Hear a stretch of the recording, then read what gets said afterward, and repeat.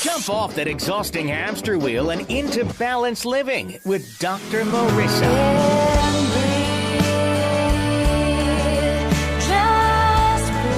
Her mission, to be a beneficial presence on the planet. Her purpose, to be your personal advocate to live, love, laugh, learn. Her life motto, don't die wondering. Take back your life with Dr. Marissa Fay on ubnradio.com. And welcome. You are tuned into Take My Advice. I'm not using it. Get balanced with Dr. Marissa every Tuesday at naturally high noon here out of the Sunset Gower Studios in Hollywood, California. And on Thursdays, my syndicated CNBC News Radio channel, KCAA AM 1050, Thursdays at 7 p.m. for your pleasurable commute home. And it is a show about hope and happiness. So there's no CNN, no constantly negative news, no gossip, no scandal, and no K-words, no Kardashian talk at all. No, we are focused on your reality life because that's all that matters. And we want you to be happy 88% of the time. And if you've missed any of my shows, I think we're to 170. This is my 4th year on the air, celebrating 1 year syndication on CNBC. And we're just so grateful. And as of last week, added another network, GLN network out of Texas, adding a couple 100,000 listeners. So we're good. We're happy. We're grateful. And we are absolutely cheerleaders for your living, loving, laughing, and learning. And today we are talking with a very fascinating guest. You don't often hear these two terms put together, psychic and lawyer. And I was going to tell some lawyer jokes, but I won't do that. We have Mark Anthony, the psychic lawyer, who's a practicing medium who not only communicates with spirits, he's also a successful attorney, licensed to practice law in Florida, Washington, D.C., and before the United States Supreme Court. Mark graduated from Oxford University and at the College for Advancement of Psychic Science. Mark Anthony is a published author of the bestseller Never Letting Go, which is the definitive guide to healing grief and to help in getting help from the other side. His newest groundbreaking book, Evidence of Eternity, bridges the gap between the spiritual and the scientific. Without further ado, please welcome to my studio, Mark Anthony. Thank you. Thank you.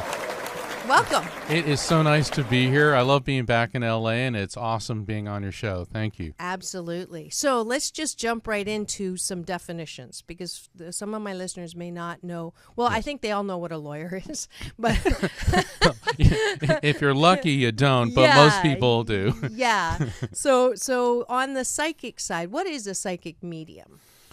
The term psychic tends to be a catch-all for people with sensitivity to frequency. In fact, back in the Victorian era and early part of the 20th century, we tended to be referred to as sensitives. And I think that's actually a more accurate term, whereas psychic means perception of things outside of the normal, let's say, 5 senses of sight, hearing, taste, smell, and touch. Mm-hmm. The one that sees people, sees dead people. Well, that's a medium. That's a medium. And psychics tune into the energy of a person, place, or thing. So if you want to know what's going on in your love life or career, see a psychic. If you want to talk to dead people, you see a medium, because a medium tunes into a different frequency, if you will. But you do both things. My specialization and my strength and forte is with mediumship, communicating with spirits. Mm-hmm. But I do receive psychic impressions because every medium is a psychic, although not every psychic is a medium. Okay, so it's the bigger umbrella thing. And how the heck did you combine those two things? They're both about evidence. Okay. And I've always been fascinated with the paranormal and the other side because I was born into a family where this is generational. Both my mother and my father had these abilities. So when it emerged in me around the age of 4, they didn't chastise me or treat me like I was strange or weird. they were very nurturing about it. And I remember my mother saying, and my father sitting down and saying to me, Mark, it's okay. Just talk to us about it. Don't talk about it outside of the household because people won't understand. Mm-hmm. And what was the first thing that you made you talk to them? Like, what happened to you? Do you remember that? I'm sure you remember. Yeah, I do. I start talking about my friends, all these people that were talking to me. And it's not unusual for a child to have, quote imaginary unquote, imaginary, invisible friends. But my mother started seeing that he's talking about some of our relatives who had passed. And since she was a medium and my father was as well. And Dr. Marissa, my parents did not practice their psychic abilities in the commercial or public sense. My father was a NASA engineer. My mother was a commercial artist. Okay, we were mainstream America. And this was something that my mother had, and her grandmother and other folks on the Italian side of the family. And my dad's WASPy side of the family, he and one of his sisters, his mother, and his maternal grandmother. Wow. And in my research into both sides of my family, it goes back I can track it back to before 1900, and I'm assuming that it goes farther than that. And in my new book, Evidence of Eternity, the reason I call it Evidence of Eternity is because if I just say, oh, there's another side, you have to back it up with facts, figures, data, and proof. And when I started seeing that there were people on both sides, and I started studying genetics, and let's say in my family, a dominant trait is brown hair, brown eyes. But there are people in the family who have blue eyes, and occasionally there are people who are left-handed. That's a recessive trait. In other words, not one as typical. Psychic ability appears to be a recessive trait which runs on both sides of the family. So then when you have two parents who each have that recessive trait, then the likelihood of one of the offspring having that recessive trait increases exponentially. And you didn't have a choice. I didn't have a choice. It came with the package. Right. So it made for an interesting childhood and a difficult teenage life because I couldn't get away with anything because mom and dad were tuned in and knew what was going on with me. No lying. They could see through the lying. Yeah, I learned it was just easier to be honest with them, although parents don't always want to hear the truth. Right. But Right. Yeah, I almost had a psychic boyfriend once, but he broke up with me before we met. Sorry, I had to throw that in. I think that's great. And if you're just tuning in, you are listening to Take My Advice. I'm not using it. Get Balanced with Dr. Marissa. And today we do have Mark Anthony, who is the author of Evidence of Eternity and a psychic lawyer. And so let's look at this book for a second, because what did very much interest me was you say that you do have evidence that there is another side, that when people die, they don't just die. And that interests me because I'm a big fan of the other side, and it's just a transition and we don't really die.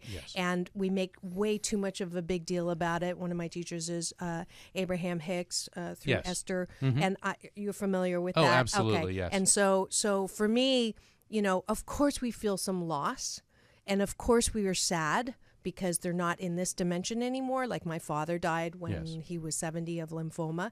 But I know that he's really not dead. I feel his presence, and I know that, I'm going to be in that realm too. So this is and I'm glad that the way you describe that is how it's a transference.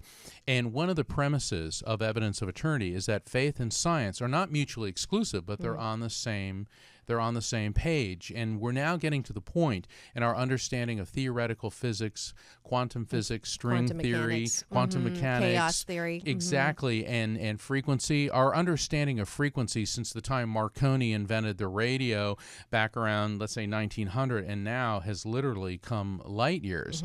And what every belief system has taught us since the time That's why I call Krishna. It BS. Well, from Krishna, well, from Krishna through Buddha through Jesus all the way up till now, is that the soul pre-exists the body and then continues on after the body. That's the correct BS. That's not. That's a belief. That's a correct belief. Well, system. that is the belief system minus all the dogma and mythological trappings that seem to attach themselves to religions. Yeah. And the second law of thermodynamics and physics teaches us that energy is neither created nor destroyed, only transferred from one form to another. Correct. So drawing upon that, in addition to my own observations, scientific fact, quantum physics, human physiology, and theology, that was the genesis for Evidence of Eternity. Okay.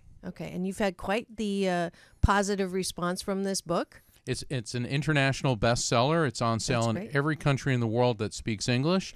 And I understand the rights to it to be printed in both Polish and Slovak have just been acquired. And I'm hoping, if my publisher is listening, we're hoping for Spanish because a lot of Latinos are very, very interested in this. And I know that I've had a lot of Asian fans, which is great. I'm so glad I'm on your show because in so much of the Asian mindset, in the philosophies, particularly with Buddhism and Taoism, there's a balance and a transference of energy. And I love the way the Buddhists look at the recycling of energy. They're tied right in with what quantum physics has been teaching us. But insofar as hard data, I'm a scientist as well. So my father was a chemical engineer, PhD. So the criticism is heaven is a myth. Incarnation is a myth. There's no hard evidence for that. So how do you approach, or how do you answer that? In my book's been endorsed by the top 3 near-death experience researchers in the world, and Dr. Kenneth Ring, who wrote the foreword to my book, and it was such an honor, especially when he and Dr. Raymond Moody called me up on the phone to chat. It's really great getting to know them and become friends with them. And that would be like the Dalai Lama calling me up. It would. Or, if you play, guitar, it's like Bruce Springsteen calling you up to say, hey, And what Dr. Ring told me, and he indicated in his foreword, he said, your observations and theories coincide with 40 years of survival of consciousness research. So what happened was, with the near-death experience researchers, particularly Dr. Jeffrey Long and Dr. Kenneth Ring, both of whom were, if not atheists, then possibly agnostics. They didn't rule out the possibility of God. They wanted to see if there was an afterlife. So they took the scientific method of observing things in an objective environment, and in thousands and thousands of studies conducted in the past 40 years, the conclusion is that our consciousness survives physical death. Because particularly there's this one case where a woman who died in Japan. She went into the light and she encountered her sister. Now, one of the things that the near-death experience research all over the world, in a dozen plus countries, has indicated is that you only see people who have passed. So when she was resuscitated, she kept telling her parents, I saw my sister, but how can that be? Because she's alive. And her mother started to weep and said, your sister was killed in a car accident yesterday. So the patient did not know this, yet encountered her sister. And I have done readings. I did a reading for this one woman. Actually, she works in my accountant's office, and I did a reading for her, and this man came through, and he had all these big dogs. Did you want a bigger refund? Is that what it was? Yeah, I'm always, I hope the IRS isn't watching, but I kept talking about this gentleman, and I described him to a T, and she said, I don't know anyone who's died that looks like that and has all these big dogs. She called me a week later and said, I didn't know, but my father's brother, my uncle, died about a week before, and we hadn't really heard from him for a while, and his wife called, and you described him. She said, that was my uncle. She said, you got his name, his dogs, what he looked like, and what he died from. So she didn't know that. And that's what I always like during a reading, is when somebody that the client doesn't expect. If I can share one story, I was on a radio show, and I won't mention whose, but it was a national show, and the host was a real skeptic. And he said to me, well, come on, do a reading on me. So I started doing a reading, and he's looking at me, and he turned, pun intended, white as a ghost. And he said, let's go to a station break. And as soon as we went off, he said, don't you say another word about that woman. I said, well, why? He said, my wife is listening to this broadcast, and that woman I had an affair with, and she died of a heart attack like 10 years ago. He goes, what are you trying to do to me? And I said, hey, I'm not doing anything to you. You asked for a reading. You asked for a reading, and it's not my fault you cheated on your wife. I said, now there is balancing. So we went back and goes, okay, we're going to take calls from listeners now.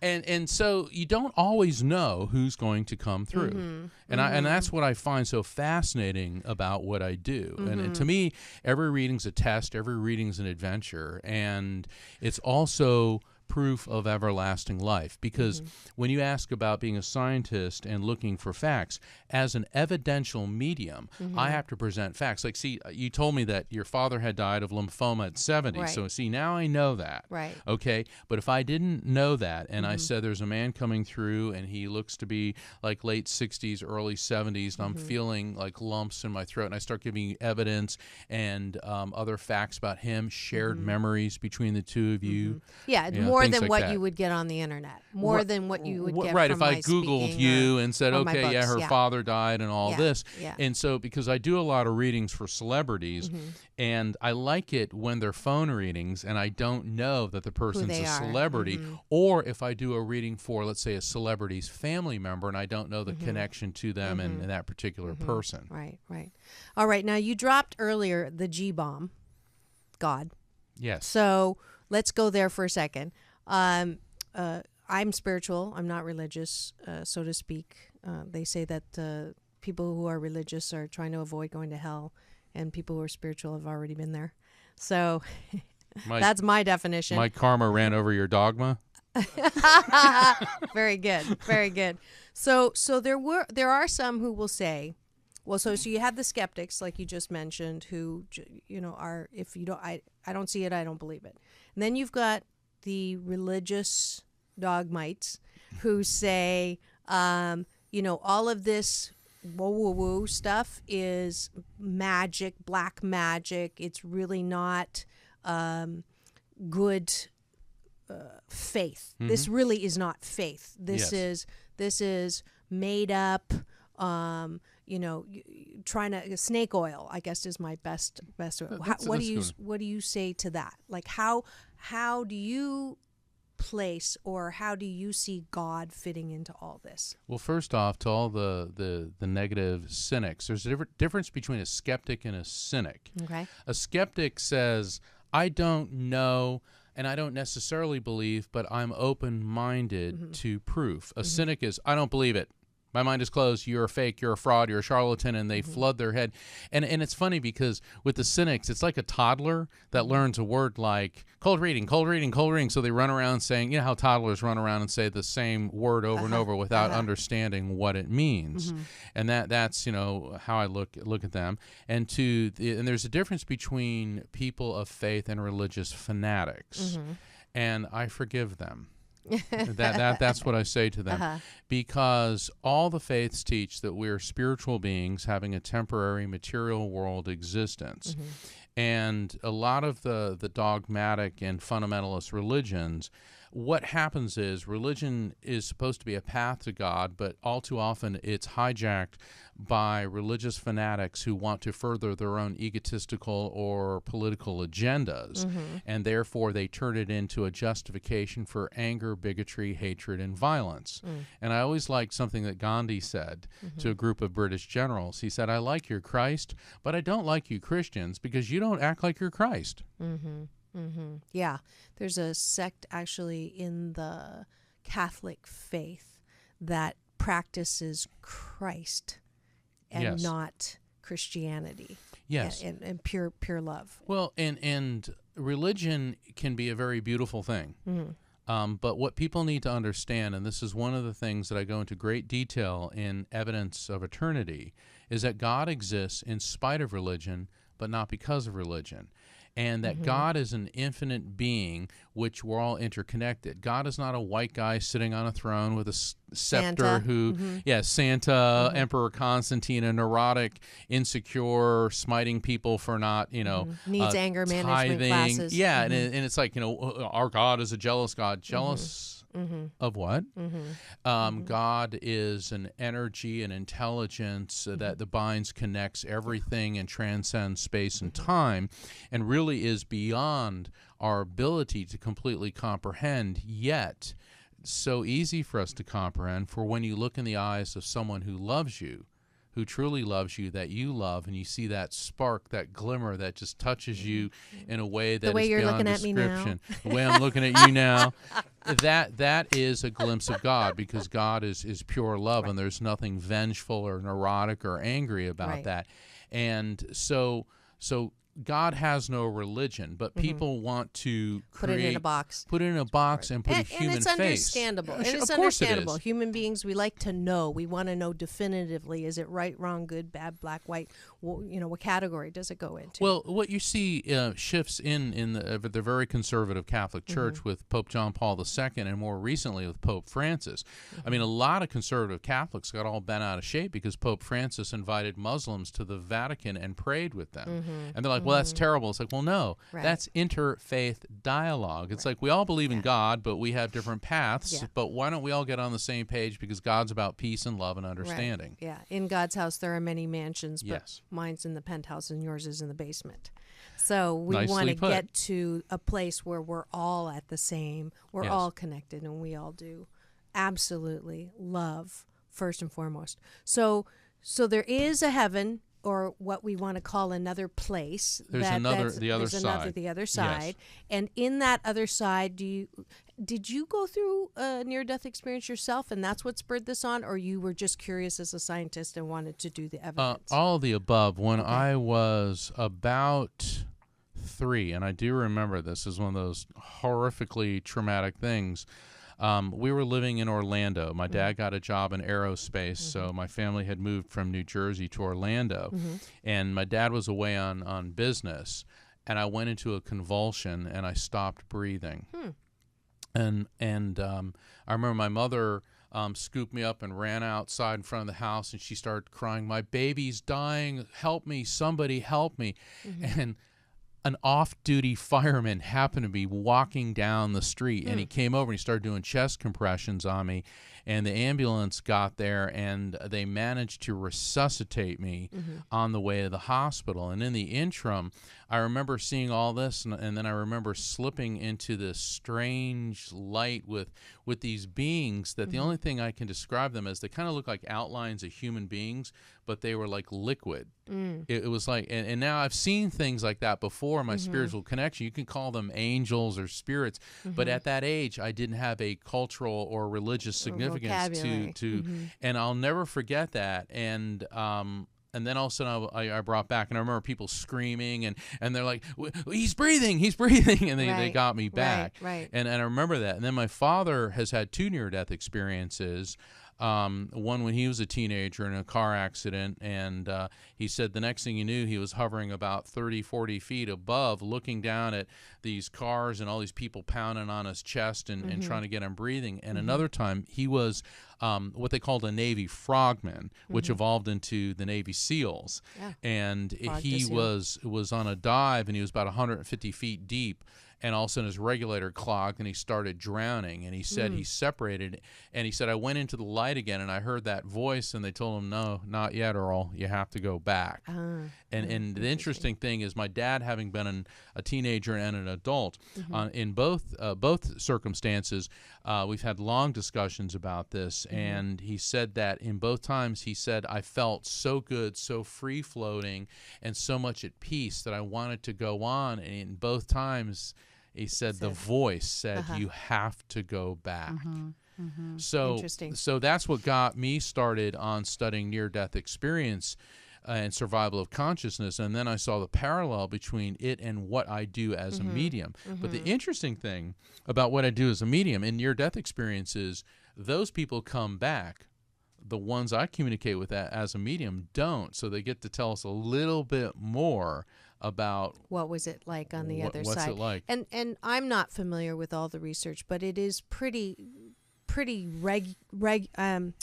everyone agrees, right? Pretty much 88% people agree. They say the same things. There's a light. There may or may not be voices, but there's this feeling of peace and calm, and everything is joyous. There's that feeling of joyous. So there's a consistency in the reporting of all the people that have been to the other side. Yes, there is. So that is evidence based. What do you have numbers on that? Like how many people have had those experiences? That I don't have readily available. I know the International Association of Near-Death Studies, IANS, does have that on their website, and it's changing all the time. Right. And not everybody that dies and gets resuscitated does, but the similarities. And Nancy Evans Bush, she's the president emeritus of the Near-Death Experience Association. She said that atheists who have an NDE, a near-death experience, don't believe in God. They know there's a God. And it's fascinating that atheists that come out of it all of a sudden say there is a God, but it's not the white guy sitting on the throne with the scepter. It's this incredible intelligence. And an energy that's and love that lives through and expresses as us. Yes. And so that would just say, to anybody who, in your definition of a cynic, who's going to say, well, you're making it up and you just want to sell books and being a lawyer wasn't enough and you just forgive them. I forgive them because there's always hateful people, and that's just the way it is. There's always hateful people. There's always going to be shallow people, and there's always going to be people. And the way I look at atheism is you get out of something what you put into it. So if you put your faith in nothing, well, what do you expect you're going to get out of it? Something times zero equals zero. Yeah. I grew up with an angry God and as a fundamental Baptist, which I always say is like a precursor to atheism. That's interesting. An Asian Baptist? Fundamental Baptist. A fundamental Yes, Baptist. I was. My father's mother was Buddhist. My father's father was Catholic. My mother's father was converted by Hudson Taylor in China and was just a general Christian preacher. And my mother's mother was Pentecostal. So, and then my mother was adopted by a Russian Jew. So I was brought up very confused. Well, there's a screenplay right there. But the understanding that I have, which sounds very close to what you have now, is, whether it's, faith is a choice in my mind. Whether it's true or not, it's my choice. So if I choose to believe, as Einstein says, the most important question that a human being has to answer in their lifetime is the universe friendly or not? And if I say the universe is not friendly or God is angry and punishing, then it's going to be a long haul. But if I choose instead to say that the universe is friendly and that there is a God who conspires for everything for my divine and best good, and that every experience that I have in life is a blessing and something that I can use to expand myself in this experience called life, it just makes life a whole lot more beautiful to me. So that choice makes sense for me. So going to I was just thinking about this yesterday. I guess you were coming into about my dad and how I have not done the practice of going to the gravesite since he died. I've just not been interested in it. Didn't want, because I know he's not there. Yeah, that's just an empty shell. It isn't. It's just an empty shell. And I used to also be very, on the anniversary or Father's Day, just go back and into that marinade of pain and sorrow and loss. And even that practice I've stopped because he was so much more than that last 8 months. And you also evolved in your grieving. And in fact, I'm glad we're having this discussion because on my Facebook page, which is Mark Anthony, the Psychic Lawyer, I also have the Never Letting Go Grief Support Group. Never Letting Go is the title of my first book. And the premise is that you must let go of the sorrow associated with the death, but never let go of the love for the one who has died. And you just gave a perfect example. Well, some people people get mired in their grief. Yes, and I they call it go marinating. They go from being a victim of grief to a volunteer, and then the grief takes on a life of their own, and it becomes their life. Correct. And grief is hell on earth. I don't believe in an eternal hell with a guy on a pitchfork and all. That's a bunch of medieval superstitious nonsense, and if I've offended anyone, oh well. But the fact of the matter is that hell is here on earth, and there's nothing we can do about the fact a loved one has died. What we can do about it is, as you have clearly done, change your perspective on death. Yeah, absolutely. And we are here talking to Mark Anthony, the psychic lawyer, and it's time to thank the sponsors of today's episode. You can always be a sponsor for this show about hope and happiness 88% of the time by contacting me on all the myriad of ways. On Facebook, please friend me, on LinkedIn, on Twitter, on Instagram. So many ways to get to Dr. Marissa and hope and happiness. So thank you to today's sponsors of today's show. I'll be back in 2 minutes.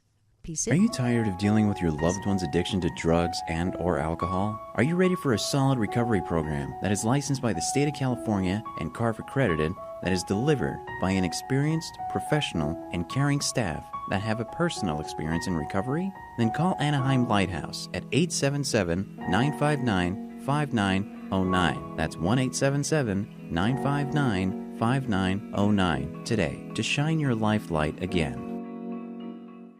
Do you want more life balance? Are you 88% happy with your health and well-being, your relationships, your livelihood? If yes, do the Abundance. If no, and you'd like a life balance tune-up and align those head, heart, spark plugs and smog check the BS belief systems that are clogging your lifelines, contact Dr. Marissa, the kinder, gentler Dr. Laura, at www.4balance.org for a session on the air or a private one on the beach. And we're back. Welcome to Take My Advice, I'm Not Using It. Get Balanced with Dr. Marissa every Tuesday on UBN Radio out of the Sunset Hour Studios, and Thursday on CNBC News Radio Channel AM 1050. And today we are blessed to have Mark Anthony, the psychic lawyer. Yes, sounds very oxymoronic, but it is true. He is a psychic medium as well as a successful lawyer. And we've been talking about heaven and hell and life here and there. And so if you've missed any of it, tune in on Thursday or go on my YouTube. All of my shows there, since we got these beautiful cameras in the studio, are here, as well as iTunes, and you can catch me there. And Mark Anthony. So as a psychic medium, and you know stuff. I mean, you know stuff that is beyond your senses. Is there ever a time when you know something that is unpleasant or fear generating, or let's say something's going to happen to that person and they're going to transition soon, or someone is going to do something bad to them? What is the code of ethics on what you say and what you don't say? I think it's very important not to jump to assumptions and conclusions. Mm-hmm. I was on a cable TV show, and I won't say who it was, but the host was a medium, and she asked me to do readings for the audience, and I was drawn to this one woman, and I said, there's a male coming through, very conservative, flat top, and I'm seeing a big shiny badge on him.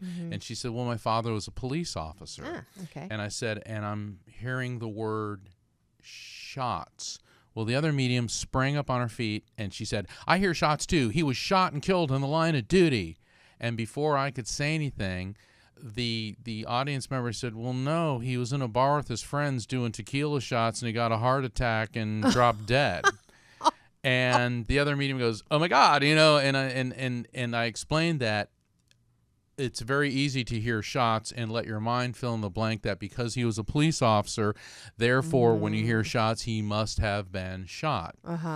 And it's important not to jump to conclusions. So I will tell people what I see, but I try to avoid editorializing about it. I was in Houston recently on a book tour, And I was in front of about 100 people, and I did a reading on this real big guy. I mean, he was a big guy.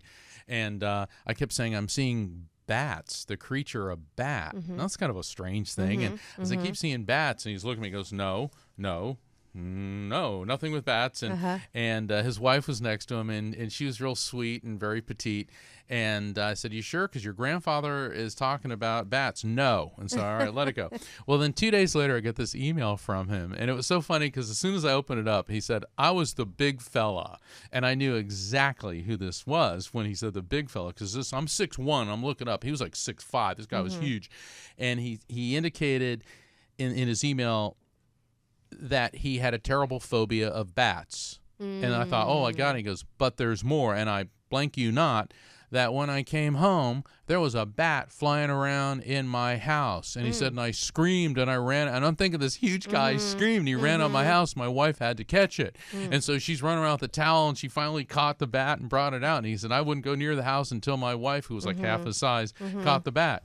And then he wrote, please do not send any more bats at me. And I responded, I do not inflict biblical plagues of frogs, locusts, or in this case, bats upon anybody.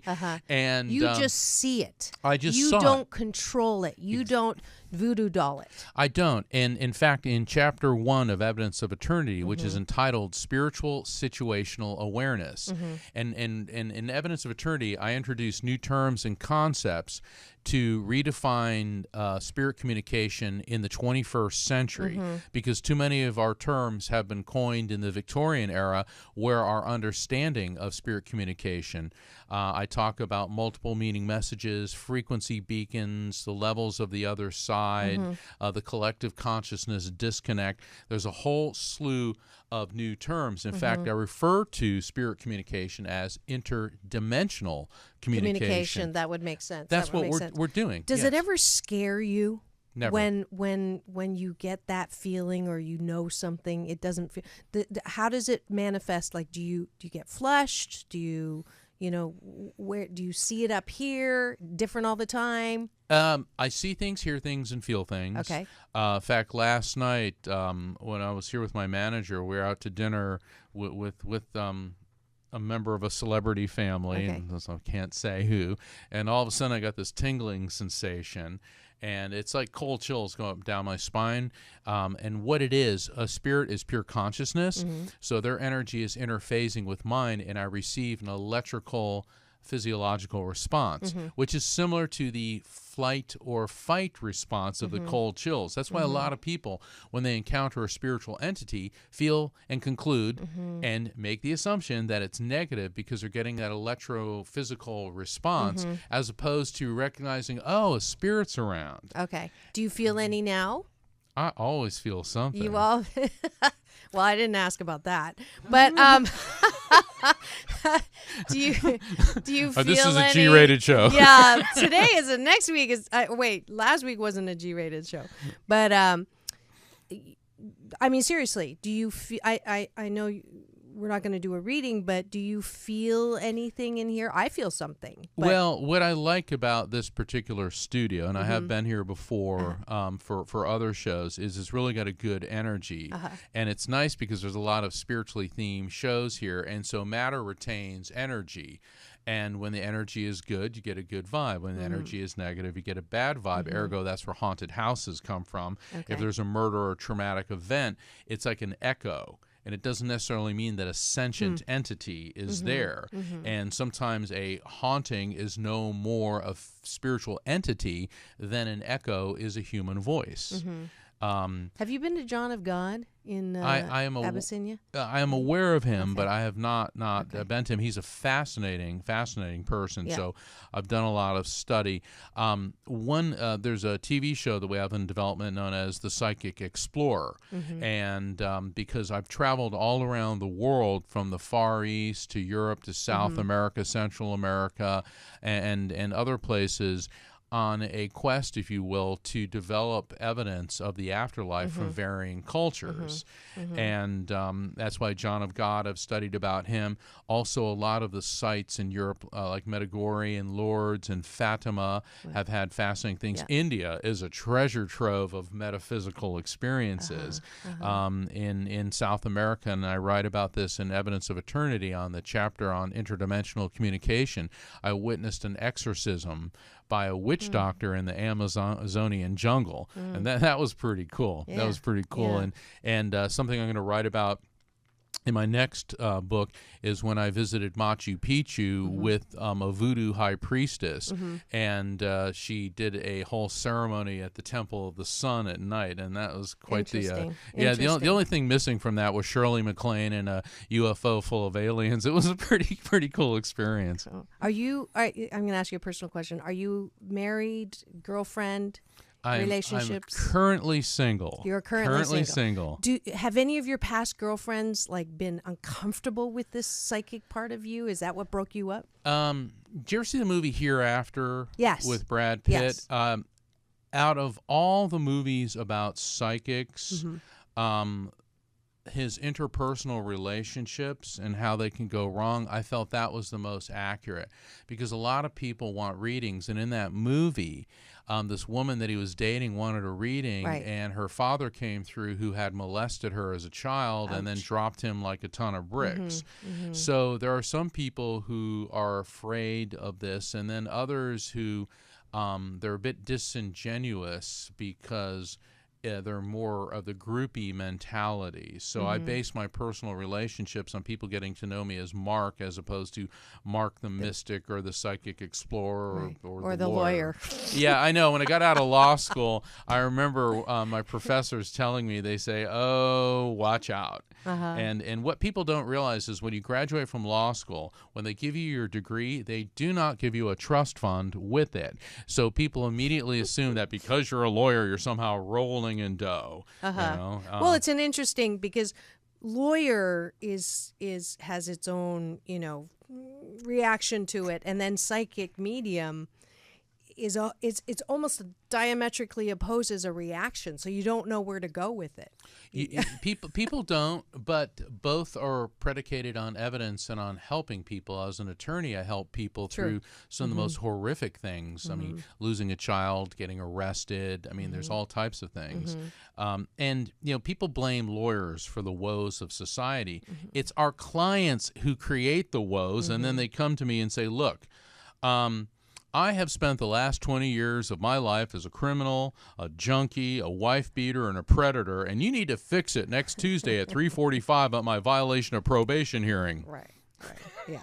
The emphasis is not necessarily in the best place. So where do we get your book? Evidence of Eternity is on sale worldwide at all fine bookstores, Barnes & Noble, Books A Million, independent bookstores. You can purchase it online at walmart.com, barnesandnoble.com, amazon.com, and I understand now on ebay.com. So I have arrived. Wonderful. And Mark, you've been kind enough to offer a signed copy of the book for a lucky Asian Oprah listener. So the first one to go to my Facebook page and like Dr. Marissa will be the proud owner of a free Evidence of Eternity signed copy of the book. All right. And thank you for mine, and look forward to reading it all. Any last words that you would like to give Dr. Marissa listeners about anything? When you lose a loved one, it is a road nobody wants to take, but it is a journey that we are all forced down at some point in our life. And you have to realize that this is part of our material world existence. And I always turn to Mother Teresa for inspiration, because she said that God never gives me more than I can handle, but I just wish God didn't trust me so much. So when you are crushed under the weight of grief and sadness, remember that memories are the stars in the dark night of sorrow, and that turn to your faith, turn to your family, to your friends. Don't go through this alone. And you can always go to my website, evidenceofeternity.com, and there's a grief management page with a number of resources, coping techniques, everything which is available and free for people how to get through the grieving process.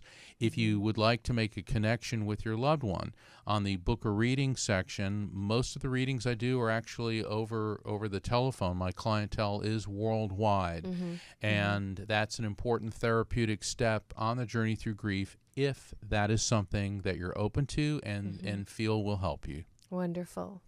Well, we actually have 2 minutes before I go into Balance Bar. Is there anything you'd like to tell me, not necessarily in a reading way, but anything that you see about me that you... You know, the interesting thing, I know your dad's on the other side, but there is a male energy associated with you. And before we assume this is your dad, he is coming in, and where I'm perceiving him around you would be on that parent, aunt, uncle level. And I'm getting this man was, he had a lot of like a burning sensation in his throat and in his upper lungs area, and it's seeping down. And burning sensations tend to mean like cancerous conditions. Okay, and I'm also getting like a real heavy smoker. So there was a male associated with you who was a real heavy smoker. And what I'm getting with him is this pain and pressure in the head, which is indicating to me that prior to passing, he was having a real hard time focusing and maintaining mental clarity. Does this resonate with you? And he's pulling my attention toward the end part of the month of October, very early part of November. So there could be a significant event connected to you, connected to him, between, let's say, October about 25th through about November 10th. So I'm getting something there.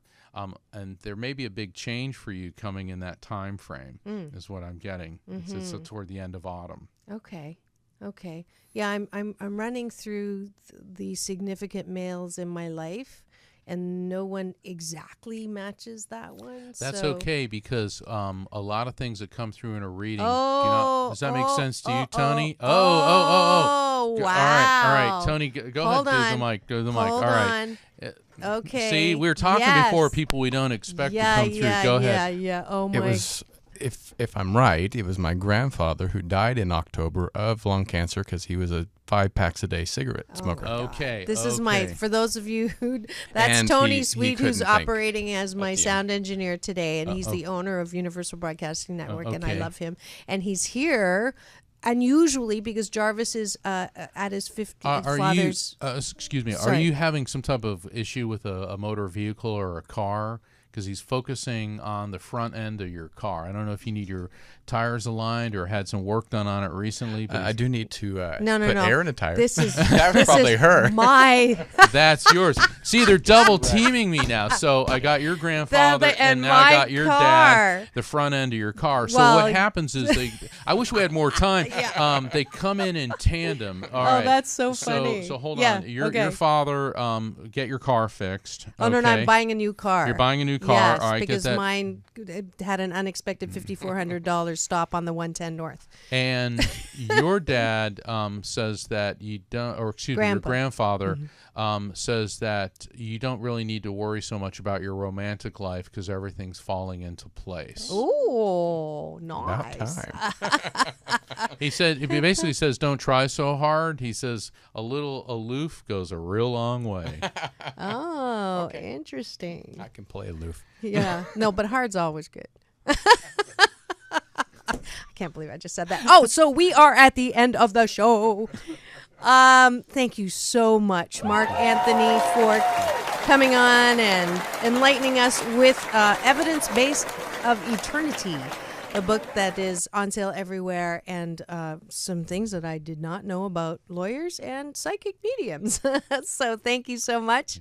And we are at the end of the show now, which is time for the Balance Bar, where I let you know what's going on and how you can support this work called Hope and Happiness. And my little dling usually, yep. There we go.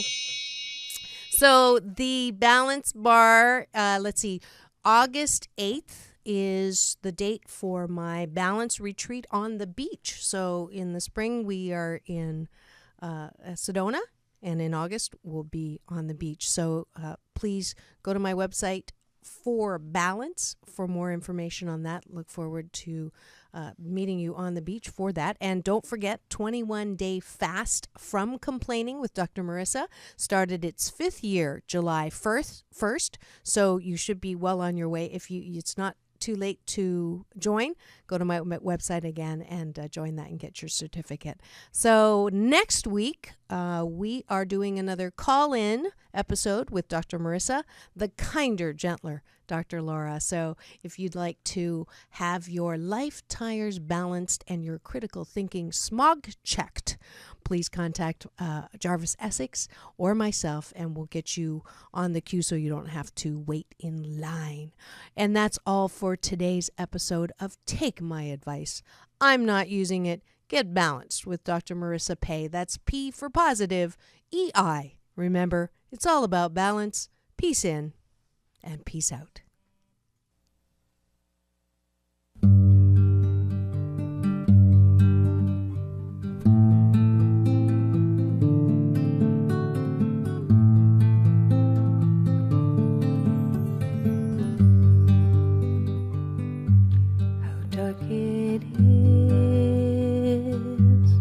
Before the dawn, for I am weak and he is strong. He lifts me up so I can see how dark it is before the dawn. It was cold outside and dangerous, and I couldn't see my own good. People hurt me